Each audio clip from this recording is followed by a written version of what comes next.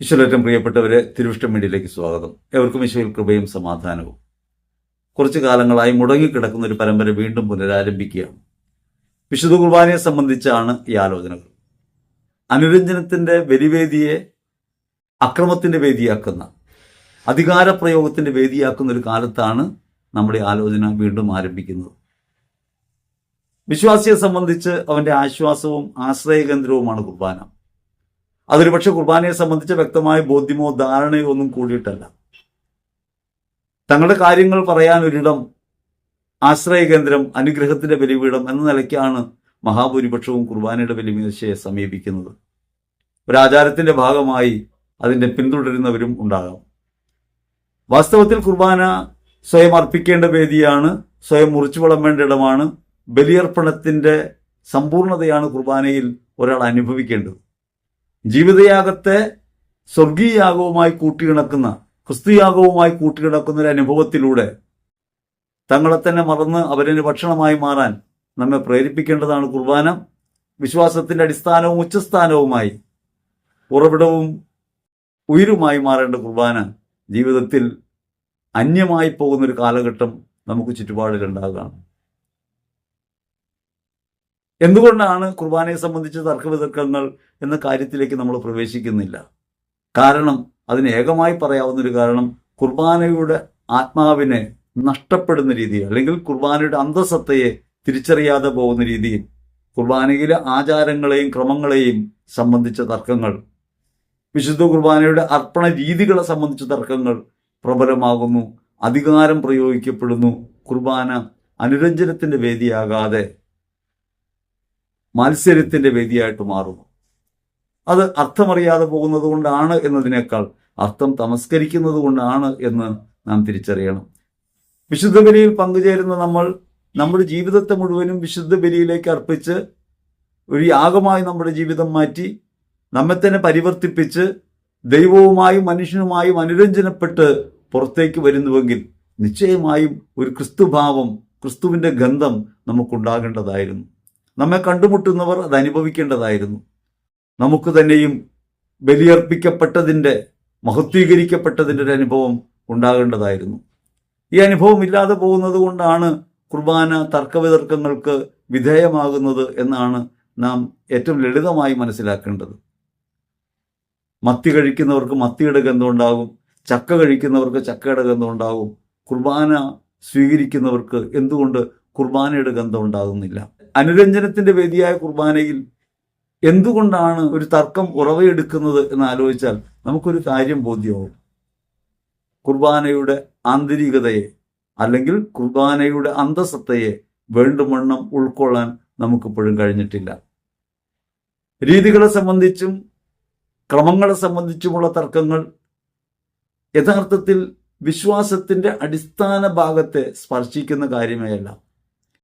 ഞാനും നിങ്ങളും ഈ ജീവിതത്തിൽ ക്രിസ്തു അനുരൂപരായി മാറാൻ വേണ്ടി, അവന്റെ ശരീരത്തോട് ഒന്നായി ചേരാൻ വേണ്ടി നമ്മെ തന്നെ ബലിയർപ്പിക്കുകയും നമ്മുടെ ജീവിതത്തിന്റെ പരിമിതികൾ ഏറ്റുപറയുകയും അങ്ങനെ വിശുദ്ധീകൃതമായൊരവസ്ഥയിലേക്ക് എത്തിച്ചേരാൻ വേണ്ടി സ്വയം അർപ്പിക്കുകയും ചെയ്യുന്ന ആഘോഷമാണ് കുർബാന. 1 കൊരിന്ത്യർ ലേഖനത്തിൽ 5-ാം അധ്യായത്തിൽ 7-8 തിരുവചനങ്ങളിൽ നമുക്ക് കാണാം. നമ്മുടെ പെസഹ കുഞ്ഞാടായ ക്രിസ്തു ബലിയർപ്പിക്കപ്പെട്ടിരിക്കുന്നു. അതുകൊണ്ട് അശുദ്ധിയും തിന്മയുമാകുന്ന പുളിമാവ് കൊണ്ടല്ല, ആത്മാർത്ഥതയും സത്യവുമാകുന്ന പുളിപ്പില്ലാത്തപ്പം കൊണ്ട് നമുക്ക് തിരുനാൾ ആഘോഷിക്കാം. അശുദ്ധിയും തിന്മയുമാകുന്ന പുളിമാവ് നീക്കേണ്ടതിന് പകരം മത്സരത്തിന്റെ വേദിയായിട്ടത് മാറുന്നുവെങ്കിൽ, ആത്മാർത്ഥതയും സത്യവും നഷ്ടപ്പെട്ടവരായി നമ്മൾ മാറുന്നുവെങ്കിൽ, വിശുദ്ധ കുർബാനയുടെ ആഘോഷങ്ങൾ പരിഹാസ്യമായി മാറുന്നതിൽ അത്ഭുതപ്പെടേണ്ടതില്ല. ഈശ്വരേറ്റവും പ്രിയപ്പെട്ടവരെ, വിശുദ്ധ കുർബാനയിലേക്ക് നാം പോകുന്നത് അഖില ലോകത്തിനും വേണ്ടി നമ്മെ തന്നെ ബലിയർപ്പിക്കാനാണ്. നാം ആ ബോധ്യത്തിലല്ല പലപ്പോഴും പോകുന്നത്. ഒരു ബലിവേദിയെ നാം സമീപിക്കുന്നതിൻ്റെ അടിസ്ഥാനം നമ്മെ തന്നെ അർപ്പിക്കാനുള്ളവരാണ് നമ്മളെന്ന ബോധ്യമാണ്. അല്ലെങ്കിൽ ഞാനാണ് ഇന്ന് അർപ്പിക്കപ്പെടേണ്ട അപ്പം എന്നൊരു ബോധ്യമില്ലാതെയാണ് പോകുന്നതെങ്കിൽ നിശ്ചയമായിട്ടും ഈ അർപ്പണങ്ങൾ പാളിപ്പോകും. യഥാർത്ഥ ആരാധനയെക്കുറിച്ച് റോമർ ലേഖനത്തിൽ 12-ാം അധ്യായത്തിൽ 1-ാം തിരുവചനം പറയുന്നുണ്ട്. വിശുദ്ധവും സജീവവുമായൊരു ബലിയായി, ദൈവത്തിന് പ്രീതികരമായൊരു ബലിയായി നമ്മെ തന്നെ അർപ്പിക്കുന്നതാണ് ആരാധന. നമ്മുടെ ജീവിതത്തിന്റെ പരിമിതികളെ ഏറ്റുപറയാനും ആ പരിമിതികളെ മറികടന്ന് നമ്മുടെ ജീവിതത്തിന്റെ പ്രവൃത്തികളെ മുഴുവനും ദൈവസന്നിധിയിൽ സമർപ്പിക്കാനും, അങ്ങനെ ജീവിതമാകെ മുറിച്ചു വിളമ്പാനുള്ളതാണ് എന്ന ബോധ്യത്തിൽ എത്തിച്ചേരാനും ക്രിസ്തുവിനെ സ്വീകരിക്കുക വഴി ക്രിസ്തുവിൽ ഈ ജീവിതത്തെ നവ്യമായ ഒരു പരിമളത്തോടെ അവരനു വേണ്ടി ഭക്ഷണമായി പകർന്നു കൊടുക്കാനും എനിക്കും നിങ്ങൾക്കും കഴിയുമെങ്കിൽ മാത്രമേ വിശുദ്ധ കുർബാന അനുഭവമായിട്ട് മാറൂ. കുർബാനയുടെ ആരാധനാക്രമങ്ങളോ കുർബാനയുടെ രീതികളോ അല്ല കുർബാനയെ ശക്തമാക്കുന്നത്, കുർബാനയുടെ ആന്തരികതയാണ്. കുർബാന ഒരു മുറിച്ചു വിളമ്പലിന്റെ പാഠമാണ്. അവനവനെ മുറിച്ച് അവരന് ഭക്ഷണമാക്കി കൊടുക്കാൻ എങ്ങനെ കഴിയും? അവനവന്റെ കുറവുകളും പോരായ്മകളും എങ്ങനെ പരിഹരിക്കാൻ കഴിയും? ജീവിതം മറ്റുള്ളവർക്ക് വേണ്ടി വിഭജിച്ചു കൊടുക്കുമ്പോൾ അതിൽ വരുന്ന ന്യൂനതകൾ എങ്ങനെ പരിഹരിക്കാൻ കഴിയും? എങ്ങനെ എൻ്റെ ബലഹീനതകൾക്ക് പകരമായി ക്രിസ്തുവിനെ എനിക്ക് ഉൾക്കൊള്ളാൻ കഴിയും? എങ്ങനെ ആ ക്രിസ്തുവായി ഈ ഭൂമിയിൽ മറ്റുള്ളവർക്ക് വേണ്ടി സ്വയം കൊടുക്കാനാകും എന്നിടത്തെത്തിച്ചേരുമ്പോഴാണ് അഖില ലോകത്തിനും വേണ്ടിയുള്ള എൻ്റെ അർപ്പണങ്ങൾ ലോകത്തിന് മുഴുവനും വേണ്ടി പാപപരിഹാര ബലിയായ ക്രിസ്തുവിനോടൊത്ത് ചേർന്ന് എൻ്റെ ജീവിതം അർപ്പിക്കുന്നതിലൂടെ ഞാൻ പ്രകാശം വരുത്തുന്നവനായി മാറൂ. ജീവിതത്തെ മുഴുവനും മറ്റുള്ളവർക്ക് വേണ്ടിയുള്ള ദാനമായി പകർന്നു കൊടുക്കുന്ന സവിശേഷമായ ആത്മീയ അനുഭവത്തിലേക്ക് എനിക്ക് വരാൻ പറ്റും. എപ്പോഴാണ് സായുജ്യ പദവി? സായുജ്യ പദവി അവനവനെ നഷ്ടപ്പെടുത്തുമ്പോഴാണ്. മറ്റുള്ളവർക്ക് വേണ്ടി ഞാൻ എന്നത്തിനെ നഷ്ടപ്പെടുത്തുന്നു, ബലിയായി നൽകുന്നു എന്ന ബോധ്യമുണ്ടാകുമ്പോൾ മാത്രമേ യഥാർത്ഥത്തിൽ ആത്മസായുജ്യത്തിലേക്ക് എനിക്ക് എത്താൻ പറ്റൂ. സാക്ഷാത്കാര അനുഭവത്തിന്റെ കേന്ദ്രബിന്ദു ഈ സ്വയാർപ്പണമാണ്. അതുകൊണ്ടാണ് കുർബാന ജീവിതത്തിലെ കേന്ദ്രബിന്ദുവാണെന്ന് പറയുക, central point of the life. ഒരു ദിവസം എത്ര കുർബാന വേണമെന്ന് ചോദിച്ചാൽ ഒരു കുർബാന മതി എന്ന് പറയാൻ കാരണം central point of the life, ജീവിതത്തിന്റെ കേന്ദ്രബിന്ദുവായി മാറണം. ജീവിതത്തിന്റെ കേന്ദ്രബിന്ദുവായ കുർബാന നഷ്ടപ്പെട്ടു പോകുമ്പോൾ സെൻട്രൽലെസ് ആയി പോകുന്ന ഒരു ജീവിതം നമുക്കുണ്ടാകും. കേന്ദ്രം നഷ്ടപ്പെടുന്നൊരു ജീവിതം, അടിസ്ഥാനം നഷ്ടപ്പെടുന്നൊരു ജീവിതം. ഇങ്ങനെ അടിസ്ഥാനം നഷ്ടപ്പെടുന്നൊരു ജീവിതം ഉണ്ടാകാൻ ഇടയാകുന്ന രീതിയിൽ ഒരു തർക്കം വിശുദ്ധ കുർബാനയ്ക്കകത്തുണ്ടായിക്കൂടാ. തർക്കങ്ങൾ അവസാനിക്കുന്നിടമാണ്, അനുരഞ്ജനത്തിൻ്റെ ഇടമാണ്, സ്വയമുപേക്ഷയുടെ ഇടമാണ്. അവരന് വേണ്ടി സ്വയമുപേക്ഷിക്കുന്ന ഒരു വേദിയിൽ എങ്ങനെയാണ് പരസ്പരം ഭിന്നതയുണ്ടാക്കുന്ന ശക്തികൾ കടന്നുകൂടുക എന്ന് ആലോചിക്കണം. പലരും പലപ്പോഴും പറയുന്നത് തിന്മയുടെ പ്രവർത്തനമാണെന്നാണ്. നിങ്ങളൊന്ന് ആലോചിച്ച് നോക്കണം, എന്തൊരു മൗഢ്യമാണത്. പരിശുദ്ധ കുർബാനയ്ക്കകത്ത് തിന്മയുടെ പ്രവർത്തനം ഉണ്ടെന്ന് പറഞ്ഞാൽ വിശ്വാസത്തിന് അടിസ്ഥാനപരമായി നിഷേധിക്കുന്ന പ്രവൃത്തിയായിട്ടത് മാറും. കുർബാനയ്ക്കകത്ത് എങ്ങനെയാണ് തിന്മ ഉണ്ടാകുക? സ്വയമർപ്പണത്തിന്റെ വേദിയിൽ എങ്ങനെയാണ് പിശാചിന് ഇടമുണ്ടാകുക? അവിടെ മത്സരത്തിന്റെ വേദിയായിട്ട് മാറുക? യഥാർത്ഥത്തിൽ കുർബാന എന്ന സത്യത്തെ മറന്നു പോകുന്നു, അല്ലെങ്കിൽ കുർബാനയുടെ അന്തസത്തയെ തിരിച്ചറിയാതെ ബാഹ്യമായ അർപ്പണങ്ങളിൽ മാത്രം മുഴുകുന്നവരായി മാറുമ്പോഴാണ് ഈ അസ്വസ്ഥത ഉണ്ടാകുക. നമ്മൾ സാധാരണ കുർബാനയൊക്കെ കഴിഞ്ഞ് വീട്ടിലേക്ക് പോകുമ്പോൾ നാട്ടിൽ കാണുന്ന ആളുകൾ ചോദിക്കും പള്ളിയിൽ പോയതാണോ എന്ന്. അത് അവരെ കുറ്റം പറയാൻ കഴിയില്ല. കാണുന്നവർക്ക് ഒരു കാര്യം മനസ്സിലായിട്ടുണ്ട്, നമ്മൾ പള്ളിയിൽ പോയതേ ഉള്ളൂ, കുർബാനയ്ക്ക് പോയിട്ടില്ല. കുർബാനയ്ക്ക് പോയിട്ട് തിരികെ പോകുന്നവരാണെങ്കിൽ നമ്മുടെ മുഖത്ത് അവരിനോടുള്ള സ്നേഹം സ്ഫുരിക്കണം. നമ്മുടെ ജീവിതം മുഴുവനും യാഗമാണെന്ന ബോധ്യം ഉണ്ടാകണം. നമ്മുടെ ക്ലേശങ്ങളെ നാം മറക്കുന്ന എവിടെയാണ്? അതൊരു യാഗമാണെന്ന് തോന്നുമ്പോഴാണ്. വിശുദ്ധ അൽഫോൻസ് പറയുന്നുണ്ടല്ലോ, എൻ്റെ ജീവിതം ഞാൻ ബലിമേശയിൽ അർപ്പിച്ചു, അതിപ്പോഴും എരിഞ്ഞുകൊണ്ടിരിക്കുകയാണ്, കത്തിയെരിയുകയാണ്.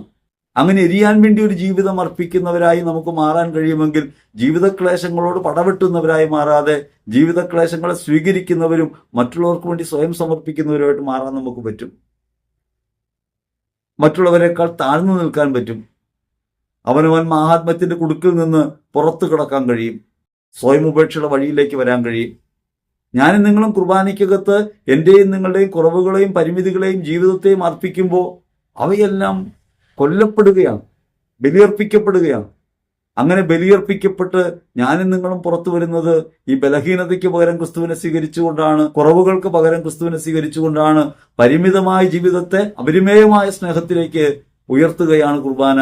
ആ അനുഭവം നമുക്കുണ്ടാകാതെ പോകുന്നുവെങ്കിൽ കുർബാനയുടെ രീതിക്രമത്തിലല്ല പിശകുണ്ടായിട്ടുള്ളത്, കുർബാനയുടെ അനുഭവത്തിലാണ്, കുർബാനയുടെ ആന്തരിക സത്തയിലാണ്.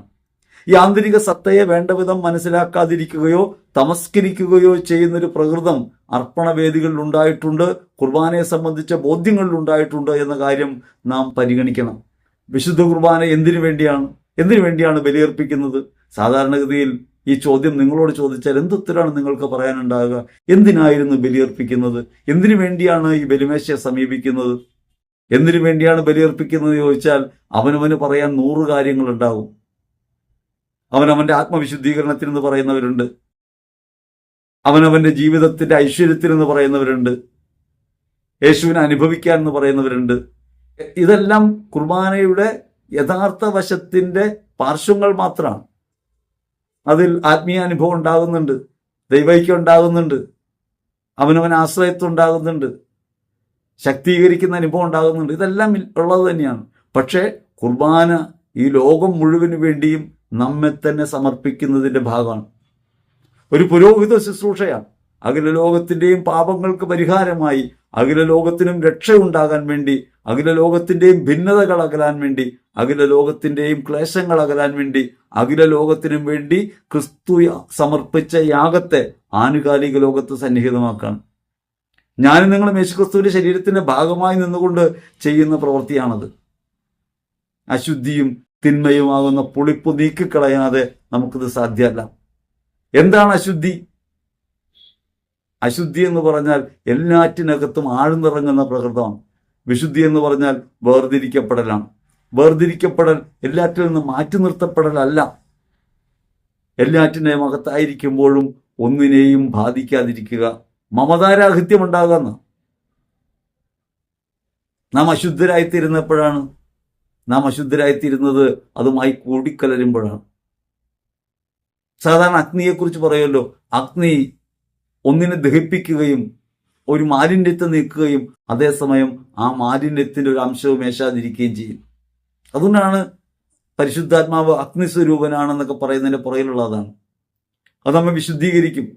മോശം ഉൾപ്പടർപ്പിൽ അഗ്നിയെ കണ്ടതുപോലെ അത് മുള്ളിനെ എരിയിച്ചു കളയില്ല. പ്രകൃതത്തെ എരിയിക്കാതെ ഭാവത്തെ വിശുദ്ധീകരിക്കാൻ കഴിയുന്നതാണ് അഗ്നി. അതേപോലെ ഈ ലോകത്തെ മുഴുവനും പുളിപ്പിക്കാൻ, ദൈവസ്നേഹം കൊണ്ട് നിറയ്ക്കാൻ നമുക്ക് കഴിയണമെങ്കിൽ അശുദ്ധി നീക്കിക്കളയണം. ഈ ലോകത്തോടുള്ള മമതയിൽ നിന്ന്, സ്വന്തം താല്പര്യങ്ങളിൽ നിന്ന്, കുടുക്കുകളിൽ നിന്ന് പുറത്തു കിടക്കുന്നവരായിട്ട് നമുക്ക് മാറാൻ പറ്റണം. വാസ്തവത്തിൽ കളങ്കമെന്നതും അശുദ്ധി എന്നതും നാം മനസ്സിലാക്കേണ്ടത് ഈ ലോകത്തിന്റെ ഭാവത്തിലേക്ക് നാം ആയിപ്പോകുന്നതാണ്, മാത്സര്യത്തിലേക്ക് ആയിപ്പോകുന്നതാണ്. കേവല വൈകാരികതയിൽ കുടുങ്ങി അവനവൻ ബോധത്തിൽ ഉറഞ്ഞുകൂടി വസ്തുകണക്കെ ചേതനയേറ്റവരായി മാറിപ്പോവാണ്. ആർക്കും എടുത്ത് ഉപയോഗിക്കാവുന്ന ഉപകരണമായിട്ട് മാറുകയാണ്. ലോകത്തിലായിരിക്കുമ്പോഴും ലോകത്തിൻ്റെതല്ല എന്ന മട്ടിൽ ജീവിക്കാൻ കഴിയലാണ് വിശുദ്ധീകരിക്കപ്പെട്ട അവസ്ഥ. എല്ലാവരോടും ഒപ്പമായിരിക്കുമ്പോഴും എല്ലാവരോടും കൂടെ ആയിരിക്കുമ്പോഴും എല്ലാവരിൽ നിന്നും അകന്നിരിക്കാനല്ല, എല്ലാവർക്കും വേണ്ടിയായി തീരാനും സ്വയം സമർപ്പണത്തിന്റെ ഭാവം ഉണ്ടാകുമ്പോഴാണ് വിശുദ്ധിയിലേക്ക് നമുക്ക് പ്രവേശിക്കാൻ പറ്റുക. കളങ്കമില്ലാത്ത സ്നേഹം ഉണ്ടാകുക. ഈ കളങ്കമില്ലാത്ത സ്നേഹം പ്രസരിപ്പിക്കുന്നതാണ് വിശുദ്ധി. അപ്പൊ അശുദ്ധി എന്താണ്? സ്നേഹരാഹിത്യമാണ്. കുർബാനയുടെ ബലിവേദിയിൽ തർക്കങ്ങൾ ഉണ്ടാവുമ്പോൾ സ്നേഹരാഹിത്യമാണോ സ്നേഹമാണോ വിജയിക്കുന്നത്? സ്നേഹരഹിതരായി അവരിനോട് വിദ്വേഷമുള്ളവരായി ഒരു ബലി എങ്ങനെ നമുക്ക് അർപ്പിക്കാൻ കഴിയും? വിശുദ്ധ ബലി അർപ്പണത്തെക്കുറിച്ച് യേശു വിശുദ്ധ മത്തായി സുവിശേഷത്തിൽ പഠിപ്പിക്കുന്നില്ലേ? അവരിനോട് നിനക്ക് വിരോധമുണ്ടെങ്കിൽ ക്ഷമിക്കാനല്ല, അവരന് നിന്നോട് എന്തെങ്കിലും വിരോധമുണ്ട് എന്ന് തോന്നുന്ന പക്ഷം അവനുമായി രമ്യപ്പെടുക. നേരിട്ട് സാധ്യമല്ലെങ്കിൽ പോലും ഹൃദയം കൊണ്ട് മറ്റുള്ളവരുമായി രമ്യപ്പെടാനുള്ള ക്രിസ്തുബോധം നമുക്കുണ്ടാകുന്നില്ലെങ്കിൽ ഒരു ബലിയർപ്പണം എങ്ങനെയാണ് നമുക്ക് അനുഭവിക്കാൻ പറ്റുക? അശുദ്ധിയും തിന്മയുമാകുന്ന പുളിപ്പ് നീക്കിക്കളയാതെയാണ് ബലിയർപ്പണത്തിൽ നാം പങ്കുചേരുന്നത്. സ്വാർത്ഥത്തിൽ അടിയുറച്ചിട്ടാണ്, അവനവൻ്റെ ഇഷ്ടങ്ങളിൽ കുടുങ്ങിയിട്ടാണ്.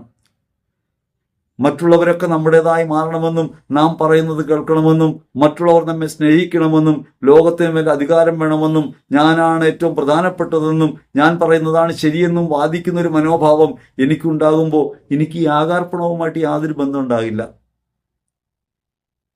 ദൈവമായിരിക്കെ തന്നെ ശൂന്യനാക്കി ഈ ഭൂമിയിലേക്ക് വന്ന ക്രിസ്തു അഖില ലോകത്തിൻ്റെയും പാപങ്ങൾ ഏറ്റെടുത്തുകൊണ്ട് പരിശുദ്ധനായവൻ കുരിശിൽ മരിക്കുന്നു. ആ യാഗമാണ് ബലിവേദി. അവന് വേണ്ടി ഭക്ഷണമാകാൻ സ്വയം മുറിച്ചു വിളമ്പുന്നവന്റെ ആത്മാർപ്പണ ബോധം എനിക്കും നിങ്ങൾക്കും ഉണ്ടാകുന്നില്ലെങ്കിൽ ഒരു ബലിമേശയിൽ എങ്ങനെയാണ് നമുക്ക് ദൈവാനുഭവം ഉണ്ടാകുക? അതുകൊണ്ടാണ് ഇതൊക്കെ കേവല ആചാരങ്ങളായി മനുഷ്യർ കണക്കാക്കുന്നതും തരംതാണ് പോകുന്നതും. യഥാർത്ഥത്തിൽ കുർബാന ഒരു ആചാരമല്ല, കൂദാശകളൊന്നും ആചാരമല്ല, വിശ്വാസത്തിന്റെ പ്രയോഗ വഴികളാണ്, പ്രക്രിയാരൂപങ്ങളാണ്. ആ പ്രക്രിയാരൂപങ്ങൾ കേവലമായ ആചാരമായി തരം താഴ്ത്തപ്പെടുന്നു. തർക്കമുണ്ടാകുന്നതൊക്കെ ആചാരങ്ങളെ സംബന്ധിച്ചാണ്, ആത്മാർപ്പണത്തെ സംബന്ധിച്ചല്ല. കുർബാനയിൽ നമുക്ക് ഭാഗഭാഗിത്വം ഉണ്ടാകുന്നില്ലല്ലോ പ്രാർത്ഥനകൾ ഉറക്കെ ചൊല്ലുന്നതും പാട്ടുപാടുന്നതുമല്ല ഭാഗഭാഗിത്വം. ഹൃദയപരമായി എനിക്ക് എന്നെ എത്രത്തോളം അർപ്പിക്കാൻ കഴിയുന്നു എന്നുള്ളതാണ്. അത് അഖില ലോകത്തിൻ്റെ നന്മയ്ക്ക് വേണ്ടി, എൻ്റെ കാര്യസാധ്യത്തിന് വേണ്ടിയല്ല. ഞാൻ എന്നെ ഉപേക്ഷിക്കുന്നിടമാണ് കുർബാന. അങ്ങനെ ഞാൻ എന്നെ ഉപേക്ഷിച്ച് മറ്റുള്ളവർക്ക് വേണ്ടി എന്നെ സ്വയം സമർപ്പിക്കാനായി എനിക്ക് ജീവിതത്തിൽ കഴിയാതെ പോകുന്നു. എൻ്റെ കുറവ് ഏറ്റുപറഞ്ഞും ഞാൻ എന്നിൽ കുടുങ്ങിപ്പോകുന്ന ബലഹീനതകളെ ഏറ്റുപറഞ്ഞും ക്രിസ്തുയാഗത്തോട് ചേർത്ത് എൻ്റെ ജീവിതത്തെയും ജീവിത പ്രവൃത്തികളെയും ഞാൻ സമർപ്പിക്കുമ്പോൾ ഈ അപ്പത്തിൽ ഞാൻ എന്നെ ചേർത്ത് വെക്കുന്നു. അങ്ങനെ ഞാൻ എന്നെ ഉപേക്ഷിക്കുക വഴി ലോകത്തിന് ഞാൻ ഭക്ഷണമായി മാറുന്നു. ലോകത്തേക്ക് ഞാൻ ഇറങ്ങുമ്പോൾ ഒരപ്പമായിട്ടാണ്, ഭക്ഷണമായിട്ടാണ്. സാധാരണ നാം കാണാറുള്ള സവിശേഷമായൊരു കാര്യമാണ്, കുർബാനയൊക്കെ കഴിഞ്ഞ് വീട്ടിൽ ചെല്ലുമ്പോൾ വഴക്കുണ്ടാവുന്നു. ആളുകൾ പറയും, കുർബാന കൂടിയിട്ട് ഒന്ന് ചെകുത്താൻ കൂടിയാ വന്നേക്കണേ. അതിന് നമുക്ക് ഉദാഹരണമൊക്കെ പറയാനുണ്ടാവും. ഈ അപ്പം സ്വീകരിച്ച് പോയി യുവദാസിനെയൊക്കെ നമ്മളപ്പോൾ ഓർക്കും. വാസ്തവത്തിൽ കുർബാന കഴിഞ്ഞിട്ട് നമ്മൾ വീട്ടിൽ ചെല്ലുമ്പോൾ ഒരു തർക്കമോ കലഹമോ ഉണ്ടാകുന്നുവെങ്കിൽ നാം മനസ്സിലാക്കേണ്ടത്, നാം ചെല്ലുമ്പോൾ മറ്റുള്ളവർ നമ്മെ ഭക്ഷിക്കാൻ ഒരുങ്ങുന്നു. നമ്മൾ വിചാരിക്കുന്നത് നമ്മൾ വളരെ നല്ലവരും അവിടെ ഇരിക്കുന്നവരൊക്കെ ചെകുത്താൻ കൂടിയവരും, അതുകൊണ്ട് കുർബാന കഴിഞ്ഞ് ചെല്ലുന്ന നമ്മൾ അവരെ ആക്രമിക്കുകയാണെന്നാണ്. യഥാർത്ഥത്തിൽ അവർ ചോദിക്കുന്നത് ഞങ്ങൾക്ക് തരൂ, നിന്നെ ഭക്ഷിക്കാൻ തരുമെന്നാണ്. വിശുദ്ധ ബലിയിൽ ഭാഗവാക്കാകുന്ന നമുക്ക് ഓരോരുത്തർക്കും അവരതിനു വേണ്ടി ഭക്ഷണമാകാനുള്ള ബാധ്യതയുണ്ട്. നാം അപ്പമായിട്ട് സ്വയം സമർപ്പിക്കുകയാണ്. മറ്റുള്ളവർക്ക് ഭക്ഷണമായി മാറാൻ നാം നമ്മെ തന്നെ യേശുയാഗത്തോട് ചേർത്ത് സമർപ്പിക്കുകയും യഥാർത്ഥ അപ്പമായ യേശുവിൻ്റെ ഭാഗമായിട്ട് മാറുകയും അങ്ങനെ നാം യഥാർത്ഥ അപ്പമായ യേശുവായിട്ടാണ് ഈ കുർബാനയുടെ വേദിയിൽ നിന്ന് പുറത്തേക്ക് ഇറങ്ങുന്നത് എന്നൊരു ബോധ്യം നമുക്കുണ്ടായിരുന്നെങ്കിൽ നിശ്ചയമായിട്ടും കുർബാനയിൽ നിന്ന് നാം ആർജിക്കുന്ന ശക്തി കൊണ്ട്, സ്വയമുപേക്ഷയുടെ ശക്തി കൊണ്ട് അവരനോട് പിറുപിറുപ്പും തർക്കവുമില്ലാതെ വർത്തിക്കാൻ നമുക്ക് കഴിയുമായിരുന്നു. എല്ലാവരോടും മുറുമുറുപ്പും തർക്കവുമില്ലാതെ നമുക്ക് ഇടപെടാൻ കഴിയുമായിരുന്നു. ഈശ്വരറ്റം പ്രിയപ്പെട്ടവരെ, നാം ആലോചിക്കേണ്ടതുണ്ട് വിശുദ്ധ ബലി അർപ്പണത്തിനുള്ള നമ്മുടെ മനോഭാവം എന്താണെന്ന്. കൂദാശയിലേക്ക് പ്രവേശിച്ചിട്ടല്ല നമ്മളിത് പറയുന്നത്. കൂദാശയ്ക്ക് യോഗ്യരാകുന്ന രീതിയിൽ ഒരു മനോഘടന നമുക്ക് അങ്ങനെ ഉണ്ടാവും. വിശുദ്ധ ബലി അഖില ലോകത്തിനും വേണ്ടിയുള്ള നമ്മുടെ അർപ്പണമാണ്. പലരും വിചാരിക്കുന്നത് ലോകം മുഴുവനും സുവിശേഷം പ്രഘോഷിച്ച് എല്ലാവരും ക്രിസ്ത്യാനിയാവണമെന്നാണ്. അങ്ങനെയല്ല. എല്ലാവർക്കും വേണ്ടി നാം ക്രിസ്തുവിൻ്റെ ശിഷ്യരായിത്തീരുന്നു, ക്രിസ്തുവിൽ ഒന്നായിത്തീരുന്നു, അവൻ്റെ ശരീരത്തിൻ്റെ ഭാഗമാകുന്നു. ഞാനും ക്രിസ്തുവും ഒന്നാണ് എന്ന അനുഭവത്തിൽ ഞാൻ എന്നെ തന്നെ അഖില ലോകത്തിനും വേണ്ടി അർപ്പിക്കുന്നു. അങ്ങനെ ഞാൻ എല്ലാവരുടെയും ഭാഗമായിട്ട് മാറാൻ വേണ്ടിയാണ്, എല്ലാവരെയും എൻ്റെ ഭാഗമായിട്ട് മാറ്റാൻ വേണ്ടിയല്ല. നമ്മളൊന്ന് ശ്രമിച്ചുകൊണ്ടിരിക്കുന്നത് എന്താ? അശുദ്ധി എന്താ? എല്ലാവരെയും എൻ്റെ ഭാഗമാക്കി മാറ്റാൻ ശ്രമിക്കുന്നു. എൻ്റെ അഭിപ്രായങ്ങൾക്ക് കീഴാക്കാൻ നോക്കുന്നു. ഞാനാണ് പരമമായത്, ബാക്കിയെല്ലാം എനിക്ക് വേണ്ടിയാണെന്ന് ധാരണ ഉണ്ടാവുന്നു. എല്ലാം എനിക്ക് വേണ്ടിയാണെന്നുള്ള ധാരണയിൽ നിന്ന് ഞാൻ എല്ലാവർക്കും വേണ്ടിയും എല്ലാറ്റിനും വേണ്ടിയാണെന്ന ധാരണയിലേക്ക് ഞാൻ പ്രവേശിക്കുന്നത് യാഗാർപ്പണത്തിലൂടെയാണ്. ഈ ഒരു മനോനില എനിക്ക് ഉണ്ടാകുന്നില്ലെങ്കിൽ നിശ്ചയമായും കുർബാനയെ ഞാൻ മനസ്സിലാക്കിയിട്ടില്ല. യഥാർത്ഥത്തിൽ എല്ലാം യേശുവിൻ്റെ സ്വന്തമാണ്. എല്ലാം യേശുവിൻ്റെ സ്വന്തമായിരിക്കെ, പ്രപഞ്ചം മുഴുവനും അവൻ്റെതായിരിക്കെ, അവനിലൂടെ ഉണ്ടായതായിരിക്കെ, അവൻ്റെ അധികാരത്തിന് കീഴിലായിരിക്കെ അവന് ലോകത്ത് വന്നിട്ട് പറയുന്നത് ഞാൻ വന്നത് ലോകത്തെ ശിക്ഷിക്കാനല്ല രക്ഷിക്കാനാണ്. എന്നിട്ട് എല്ലാറ്റിൻ്റെയും ഉടയവനായ ദൈവം എല്ലാവർക്കും വേണ്ടിയായിത്തീരുന്ന കാഴ്ചയാണ് കുർബാന നമുക്ക് കാണാൻ പറ്റുക, യേശു സംഭവത്തിൽ നമുക്ക് കാണാൻ പറ്റുക. അവൻ തന്നെ ബലിയർപ്പിച്ചത് എല്ലാവരുടെയും ഭാഗമായി മാറാൻ വേണ്ടിയാണ്. അങ്ങനെ സ്വയം സമർപ്പിച്ചതിലൂടെ അഖില ലോകത്തിനു വേണ്ടി സ്വന്തം രക്തം ചിന്തി എല്ലാവർക്കും ആ രക്തം വീതിച്ചു നൽകി അവൻ അഖില ലോകത്തെയും പാപത്തിൽ നിന്ന് മോചിപ്പിക്കുന്നു, അഖിലരുടേതുമായി മാറുന്നു. നമ്മൾ സാധാരണ പറയുമല്ലോ നമ്മുടെ ദൈവം. ശരിക്കും നമ്മുടെ ദൈവമല്ലല്ലോ, ദൈവത്തിൻ്റെ നമ്മളല്ലേ. ആ ദൈവത്തിൻ്റെ നമ്മൾ എന്ന പൊസിഷനിൽ നിന്ന് നമ്മുടെ ദൈവം എന്നതിലേക്ക് വരുന്നത് അവൻ അവനെ തന്നെ ഉപേക്ഷിച്ചത് കൊണ്ടാണ്. അങ്ങനെയാണ് നമ്മുടേതായിട്ട് മാറിയത്, നമുക്കുള്ളതായിട്ട് മാറിയത്. യഥാർത്ഥത്തിൽ നാം ദൈവത്തിൻ്റെതാണ്, ദൈവത്തിനുള്ളതാണ്. അങ്ങനെ ദൈവത്തിനുള്ളവരും ദൈവത്തിൻ്റെതുമായ നമ്മെ ഉടമാവകാശത്തിൽ നിന്ന് ക്രിസ്തു സ്വയം ഉപേക്ഷ വഴി ദാസന്റെ രൂപം സ്വീകരിച്ച് എല്ലാവരുടേതുമായിട്ട് മാറുന്നു. നമുക്കൊക്കെ പരിഹാര ബലിയായി അഖില ലോകത്തിനു വേണ്ടി അവൻ സ്വയം സമർപ്പിച്ചു എന്ന അറിവിൽ നിന്ന് നാം അവനോട് ഐക്യപ്പെടുകയും അവനിലൂടെ സകലർക്കും വേണ്ടി നമ്മെ തന്നെ വിഭജിച്ച് നൽകുകയും ചെയ്യുന്ന പ്രവൃത്തിയായിട്ട് കുർബാനയെ കാണാൻ കഴിയുന്നില്ല. അതുകൊണ്ടാണ് അവിടെ മേൽക്കീഴ് സ്വഭാവങ്ങൾ ഉണ്ടാകുന്നത്. വാസ്തവത്തിൽ ക്രിസ്തുവിനെ തിരിച്ചറിയുന്ന ഒരാൾ ദാസ്യത്തിലേക്കാണ് വരിക, അടിമഭാവത്തിലേക്കാണ് വരിക, അധികാരത്തിൻ്റെ അധീശത്വത്തിലേക്കല്ല. പക്ഷെ നമുക്കിന്ന് കാണാൻ കഴിയുന്ന എന്താണ്? അറിവുണ്ട് എന്ന് കരുതുന്നവർ, അങ്ങനെയാണല്ലോ, അറിവുണ്ടെന്ന് കരുതുന്നവർ ഭോഷന്മാരായി തരം താഴുന്നു. നാം ഒരു കാര്യം തിരിച്ചറിയണം. പണ്ട് നമ്മുടെ കാരണവന്മാർക്ക് വലിയ വിവരമൊന്നും ഉണ്ടായിരുന്നില്ല, അറിവൊന്നും ഉണ്ടായിരുന്നില്ല. കുർബാനയുടെ ബലിമേശയിൽ സംഭവിക്കുന്ന കാര്യങ്ങളെ സംബന്ധിച്ച് ബോധ്യമൊന്നും ഉണ്ടായിരുന്നില്ല. വിജ്ഞാനമൊന്നും ഇല്ലാത്ത കാലമാണ്. ദൈവവചനം മര്യാദയ്ക്ക് അറിയില്ല. അവർക്ക് അന്ധവിശ്വാസങ്ങളും കുഴപ്പങ്ങളും ഒക്കെ ഉണ്ടായിരുന്നു. പക്ഷേ ഈ അന്ധവിശ്വാസങ്ങളും കുഴപ്പങ്ങളും ഒക്കെ അവരുടെ വിവരക്കേടിന്റെ ഭാഗമായിരുന്നു. ഇന്ന് അറിവുണ്ട്, വിവരമുണ്ട്, സിദ്ധാന്തങ്ങൾ അറിയാം, ദൈവവചനം അറിയാം, ദൈവശാസ്ത്രം അറിയാം. പക്ഷേ അശേഷം ഹൃദയമില്ല. അശേഷം ഹൃദയമില്ല. വിവേകാനന്ദൻ ശങ്കരാചാര്യരെ കുറിച്ച് പറയുന്ന ഒരു കാര്യമുണ്ട്. അസാമാന്യമായ ബുദ്ധിയാണ്, താർക്കിക ശേഷിയാണ്, പക്ഷെ കരുണയില്ല. കരുണയില്ലാത്ത ദൈവം പാഴാണ്. കരുണയില്ലാത്ത മനുഷ്യൻ പാഴാണ്. അവരെന്റെ കണ്ണീര് എൻ്റെ ഹൃദയത്തെ ദ്രവിപ്പിക്കുന്നില്ലെങ്കിൽ, അവരെന്റെ വേദനകൾ എന്നെ വ്യാകുലപ്പെടുത്തുന്നില്ലെങ്കിൽ, അവരിന് കിടക്കാനിടമില്ലാത്തത് എൻ്റെ ഉറക്കം കെടുത്തുന്നില്ലെങ്കിൽ, മറ്റുള്ള വിശപ്പിന് ഭക്ഷണമായി മാറാൻ ഞാൻ സ്വയം തീരുമാനിക്കുന്നില്ലെങ്കിൽ, എൻ്റെ ജീവിതം ക്രിസ്തുവിലല്ല. യേശുക്രിസ്തുവിനെ തിരിച്ചറിഞ്ഞു എന്ന് പറയുന്ന ഒരാൾക്കും വിശുദ്ധ കുർബാനയുടെ ക്രമത്തെ സംബന്ധിച്ച് തർക്കങ്ങളിൽ ഉൾപ്പെടാൻ സാധ്യമല്ല. കുർബാനയുടെ അന്തസ്സത്തെ തിരിച്ചറിയാതെ പരിഷ്കരണവാദങ്ങൾ ഉയരുന്നത് എന്തുകൊണ്ടാണ്? നമ്മൾ എപ്പോഴാണ് ഈ പരിഷ്കരണങ്ങളിലേക്ക് പോവുക? ഞാനൊരു ചെറിയ ഉദാഹരണം പറയാം. പണ്ട് എൻ്റെ സൗഹൃദ വലയത്തിനകത്ത് സംഭവിച്ചൊരു കാര്യമാണ്. ഒരാൾ വീട് പൊളിച്ചു പണിയാണ്. അപ്പൊ ഞാൻ അദ്ദേഹത്തോട് ചോദിച്ചു, വീട് പണി എന്താണ് ഇങ്ങനെ തീരാത്തത്? വീട് പണി തീരാത്തത് തീർക്കാത്തതാണ്. അയാൾ എന്നോട് രഹസ്യമായി പറഞ്ഞു. ഒരു വലിയ ബിസിനസ്സുകാരനാണ്. അന്ന് ഞാൻ രാഷ്ട്രീയത്തിലേക്കുള്ള സമയമാണ്. അപ്പൊ അദ്ദേഹം എന്നോട് പറഞ്ഞു, ഇതിന് ഒരു സാമ്പത്തിക ശാസ്ത്രമുണ്ട്, ഒരു ജീവിത പ്രശ്നം അതിൻ്റെ പുറകിലുണ്ട്. സാമ്പത്തികമായ പ്രശ്നം എന്താണ്? സാമ്പത്തികമായി തകർന്നിരിക്കുകയാണ്. സാമ്പത്തികമായി തകർന്നു വന്ന് ഒരു ബിസിനസ്സുകാരൻ പറഞ്ഞാൽ അതോടെ അയാളുടെ വിശ്വാസ്യത നഷ്ടപ്പെടും.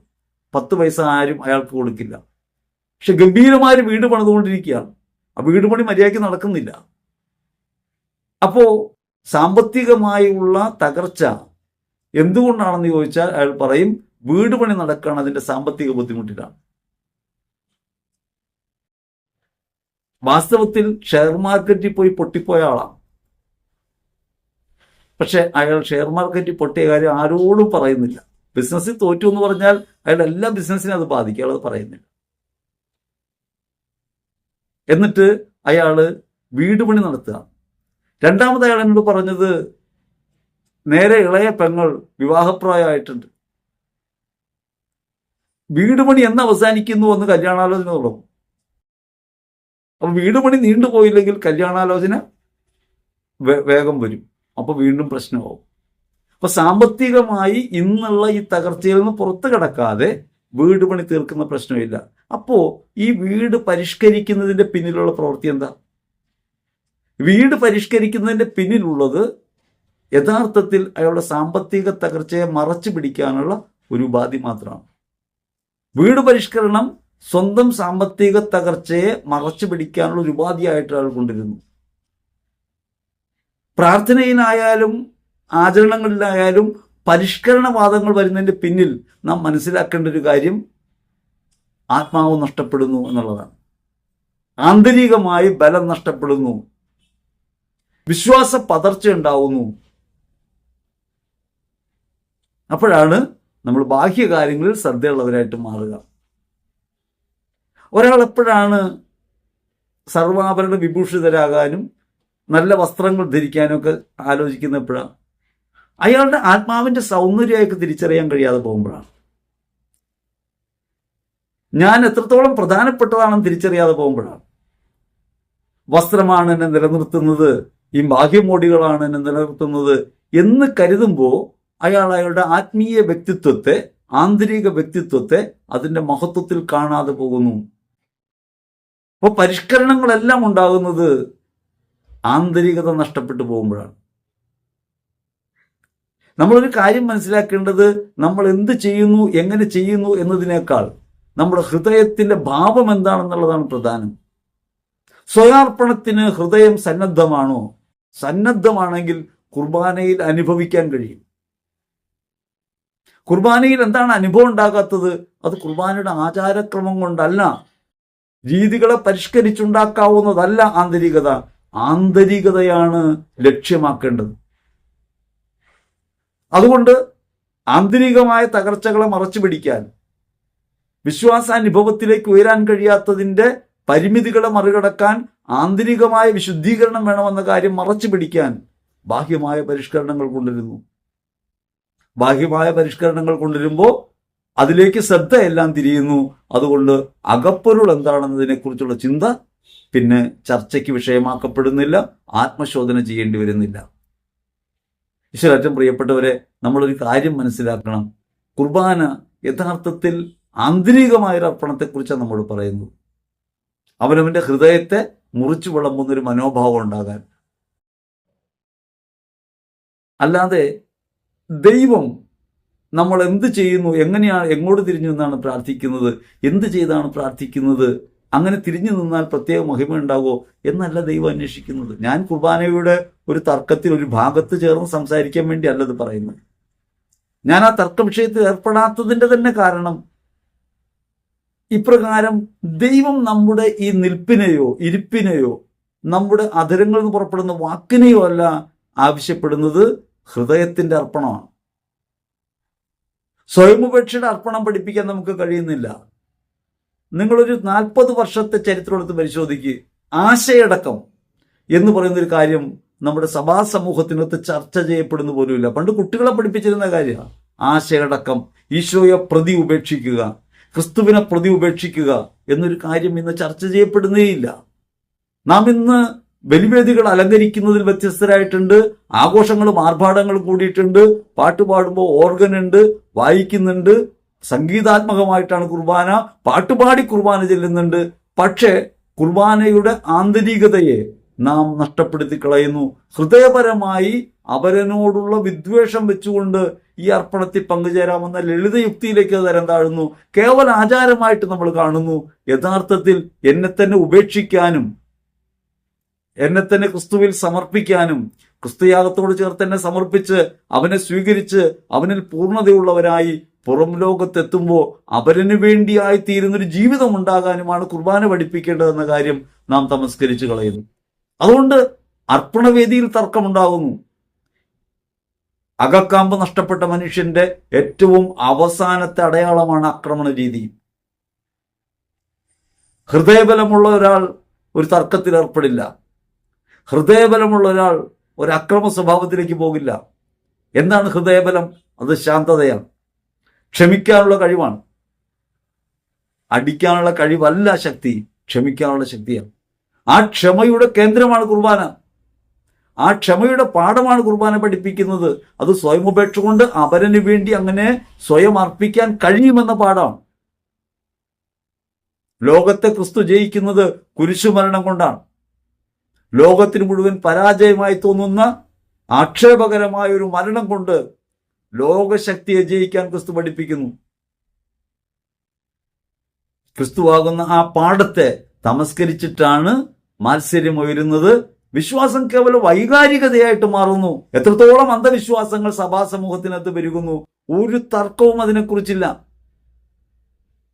എത്രത്തോളം അപഹാസ്യമായ തെറ്റുകൾ സഭാ സമൂഹത്തിനകത്ത് അരങ്ങേറുന്നു, ഒരു തർക്കമില്ല. ആൾദൈവങ്ങൾ ഉണ്ടാകുന്നു, തർക്കമില്ല. അന്ധവിശ്വാസങ്ങളിൽ മുഴുകിപ്പോകുന്നു. കുർബാന പോലും ഉദ്ദിഷ്ട കാര്യസാധ്യത്തിനുള്ള ഉപാധിയായി പരിഗണിക്കുന്ന കാര്യസാധ്യ പ്രാർത്ഥനകൾക്ക് വേണ്ടിയുള്ള ഇടമാക്കി മാറ്റുന്ന രീതിയിൽ കുർബാനാർപ്പണങ്ങൾ നടക്കുന്നു. ഉദ്ദിഷ്ട കാര്യസാധ്യത്തിന് വേണ്ടി കുർബാന അർപ്പിക്കാൻ പണം വാങ്ങുന്ന രീതിയുണ്ട്. സ്ഥലക്കച്ചവടം നടക്കാൻ കുർബാന, കുഞ്ഞുങ്ങൾ ഉണ്ടാകാൻ കുർബാന, രോഗം മാറാൻ കുർബാന, ജോലി കിട്ടാൻ കുർബാന, വിസ കിട്ടാൻ കുർബാന. അങ്ങനെ കുർബാനയ്ക്ക് പണം കൊടുക്കുന്നു. ആ പണം വാങ്ങി ഈ നിയോഗം എഴുതി വെച്ച് കുർബാനയ്ക്ക് പണം വാങ്ങിക്കുന്നു. അങ്ങനെ കുർബാന കേവലം കാര്യസാധ്യത്തിനുള്ള ഉപാധിയായി തെറ്റിദ്ധരിക്കപ്പെടുന്ന വൈപരീത്യത്തെ അല്ലെങ്കിൽ കുർബാന നിഷേധത്തെ ചോദ്യം ചെയ്യുന്നില്ല. ഒരു തർക്കവും അതിനെക്കുറിച്ചില്ല. കൂട് തുറന്ന കുർബാന, തിരുസ്വരൂപത്തിന്റെ കൂട് തുറന്നു വെച്ച് കുർബാന ചൊല്ലിയാൽ ഒരു പ്രത്യേകതയുണ്ടെന്ന് പഠിപ്പിക്കുന്ന അന്ധവിശ്വാസം സഭയിൽ നിൽക്കുന്നു. ഒരു തർക്കം അതിനെക്കുറിച്ചില്ല. നമ്മൾ എന്നിട്ട് പരിഷ്കരിക്കാൻ ശ്രമിച്ചുകൊണ്ടിരിക്കുകയാണ്. പരിഷ്കരിക്കേണ്ടത് പള്ളികളെയല്ല, പരിഷ്കരിക്കേണ്ടത് ഹൃദയങ്ങളെയാണ്. ആധുനിക ലോകത്ത് ലോകം പോലും അപരത്വത്തെ മാനിക്കുന്നൊരു കാലത്ത്, മനുഷ്യത്വത്തെ ലോകം ഉയർത്തിപ്പിടിക്കുന്നൊരു കാലത്ത് മനുഷ്യത്വത്തിനൊരു വിലയുമില്ലാത്ത രീതിയിലാക്കി മാറ്റുന്നു വിശ്വാസികൾ. എന്നിട്ട് അതിൻ്റെ പുറംകുപ്പായ മോടിയുള്ളതാക്കി മാറ്റുന്നു. നാം നമ്മെ വെള്ളം പൂശിയതുകൊണ്ട് കാര്യമില്ല. ലോകം കണ്ടുകൊണ്ടിരിക്കുകയാണ്. ലോകത്തിന് മനസ്സിലാകും. ലോകത്തിന് ക്രിസ്തുവിനെ അറിയാം. ലോകം ക്രിസ്തുവിനെ കണ്ടിട്ടുണ്ട്. ആ ലോകം കണ്ട ക്രിസ്തുവിനെ അല്ല നാം നമ്മുടെ ജീവിതം കൊണ്ട് അവതരിപ്പിക്കുന്നത്. അതുകൊണ്ട് പരിശുദ്ധ കുർബാനയുടെ വേദിയെ, കുർബാന അനുഭവത്തെ നാം വീണ്ടും വിശകലനം ചെയ്യേണ്ടതുണ്ട്. കൗദാശിക അർപ്പണ രീതികളെക്കുറിച്ച് സംസാരിക്കാനാണ് നമ്മൾ ആരംഭിച്ചത്. അവിടെ എങ്ങും എത്തിയില്ല. കുർബാന അശുദ്ധിയും തിന്മയുമാകുന്ന പഴയ പുളിപ്പ് കൊണ്ടല്ല, ആത്മാർത്ഥതയും സത്യവുമാകുന്ന പുളിപ്പില്ലാത്തപ്പം കൊണ്ട് തിരുനാൾ ആഘോഷിക്കലാണ്. ആത്മാർത്ഥതയും സത്യവുമാകുന്ന പുളിപ്പില്ലാത്തപ്പം കൊണ്ട് എങ്ങനെയാണ് കൗദാശികാർപ്പണത്തെ നമുക്ക് അനുഭവപ്രദമാക്കാൻ പറ്റുക എന്നതിനെ സംബന്ധിച്ചാണ് നമ്മൾ ഇനി തുടർന്ന് ആലോചിക്കുക. ഈശോയേറ്റവും പ്രിയപ്പെട്ടവരെ, അതുകൊണ്ട് കുർബാനയെക്കുറിച്ച് ചിന്തിക്കാൻ ആരംഭിക്കുമ്പോൾ അതൊരു ആത്മാർപ്പണത്തിന്റെ വേദിയാണെന്ന് ഒരു ബോധ്യം നമുക്കുണ്ടാകണം. സ്വയം ഉപേക്ഷയുടെ വേദിയാണെന്ന് ബോധ്യം നമുക്കുണ്ടാകണം. മറ്റുള്ളവർക്ക് വേണ്ടി സ്വയം സമർപ്പിക്കാൻ നാം തീരുമാനിക്കുന്നിടത്താണ് കുർബാന അർപ്പിക്കാനുള്ള മനോഭാവം ഉണ്ടാകുമെന്ന് ഓർക്കണം. അഖില ലോകത്തിനും വേണ്ടിയുള്ള അർപ്പണമാണ്. ലോകം മുഴുവൻ സമാധാനം ഉണ്ടാകാൻ വേണ്ടി ഞാൻ എന്നെ തന്നെ ഉപേക്ഷിക്കുന്നിടമാണ് കുർബാന എന്ന ബോധ്യം ഉണ്ടാകണം. ഞാൻ എനിക്ക് വേണ്ടി ഒരു കാര്യസാധ്യത്തിന് വേണ്ടി അർപ്പിക്കുന്ന ഒരു ആചാരക്രമമല്ല, ഒരു പൂജാവിധിയല്ല കുർബാന. കുർബാന മറ്റുള്ളവർക്ക് വേണ്ടി എന്നെ തന്നെ സ്വയം സമർപ്പിച്ചുകൊണ്ട് ക്രിസ്തുവിനെ ലോകത്ത് അവതരിപ്പിക്കുന്ന പ്രവൃത്തിയാണ്, ക്രിസ്തുവിനെ അനുഭവപ്പെടുത്തുന്ന പ്രവൃത്തിയാണെന്ന് ബോധ്യം ഉണ്ടാകണം. ആ ബോധ്യത്തോടെ കുർബാനയെ സമീപിക്കുമെങ്കിൽ ഈ തർക്ക വിതർക്കങ്ങളെ നമുക്ക് മറികടക്കാൻ കഴിയും. ഇത്തരം കുർബാനയെ മത്സരത്തിന്റെ വേദിയാക്കി മാറ്റുന്ന അപജയത്തിൽ നിന്ന് നമുക്ക് വിമോചനം ഉണ്ടാകും. അല്ലാതെ ഒത്തുതീർപ്പ് വ്യവസ്ഥകൾ കൊണ്ട് പൂർത്തിയാക്കാവുന്നതല്ല കുർബാനയിലെ തർക്കം. ഒത്തുതീർപ്പ് വ്യവസ്ഥകൾ മാനുഷികമാണ്. അവിടെ ഒരാൾ വാക്കുമാറിയാൽ ഒത്തുതീർപ്പ് തീർന്നു. ക്രിസ്തു അനുരഞ്ജിപ്പിക്കുന്നത് ഒത്തുതീർപ്പായിട്ടല്ല, സ്വയം സമർപ്പിച്ചുകൊണ്ടാണ്. കുരിശിൽ സ്വയം അർപ്പിച്ചുകൊണ്ട് ക്രിസ്തു ഒരു ഉടമ്പടി ഉണ്ടാക്കി. ആ ഉടമ്പടിയെ ലംഘിക്കാൻ ലോകത്ത് ആർക്കും സാധ്യമല്ല. ആ ഉടമ്പടിയുടെ മക്കളാണ് നമ്മൾ ഓരോരുത്തരും. ആ ബോധ്യം നമുക്കുണ്ടാകണം. അഖില ലോകത്തിനും വേണ്ടി സ്വയം സമർപ്പിക്കാൻ, ക്രിസ്തുവിൽ ജീവിതം അർപ്പിക്കാൻ ഞങ്ങളെ ബലപ്പെടുത്തണമേ എന്ന് പ്രാർത്ഥിക്കാം. തുടർന്ന് ഭാഗങ്ങളിൽ നമുക്ക് വിശുദ്ധ കുർബാനയുടെ കൗദാശിക അർപ്പണത്തിൽ ഓരോ ഘട്ടങ്ങളായി പരിശോധിക്കുകയും അതിലൂടെ എങ്ങനെയാണ് ഈ ആത്മസമർപ്പണത്തിൻ്റെയും സാക്ഷാത്കാരത്തിൻ്റെയും അനുഭവങ്ങൾ ആർജിക്കാനാകുന്നതിനെക്കുറിച്ചും നമുക്ക് ചിന്തിക്കാം. ഏറ്റവും പ്രിയപ്പെട്ടവരെ, നിങ്ങൾ പരമാവധി പേർക്ക് ഈ വീഡിയോ ഷെയർ ചെയ്യണം. കൂടുതൽ പേരെ സബ്സ്ക്രൈബ് ചെയ്യിക്കാൻ നോക്കണം. നമ്മൾ പറയുന്ന ആശയങ്ങൾ എല്ലാവർക്കും വേണ്ടിയുള്ളതാണ്. ആരോടും വൈരാഗ്യമോ വ്യക്തിവിദ്വേഷമോ ഏതെങ്കിലും തരത്തിലുള്ള വിഭാഗീയതയോ നമുക്ക് താല്പര്യമുള്ള കാര്യമല്ല. ആത്മീയമായി ഉണർന്നാൽ നിങ്ങൾക്ക് സമാധാനം അനുഭവിക്കാം. സമാധാനത്തിൻ്റെ സന്ദേശവാഹകരായി നിങ്ങൾക്ക് ജീവിക്കാം. മറ്റുള്ളവർക്ക് വേണ്ടി സ്വയം സമർപ്പിക്കാനും സ്നേഹവും സമാധാനവും മറ്റുള്ളവർക്ക് പകർന്നു കൊടുക്കാനും ഈ ശുശ്രൂഷയുടെ ഭാഗമായി നിങ്ങൾ മാറണമെന്നാണ് നമ്മുടെ ആഗ്രഹം. ദൈവം നമ്മെ ഓരോരുത്തരെയും സമൃദ്ധമായി അനുഗ്രഹിക്കട്ടെ. ആമേൻ.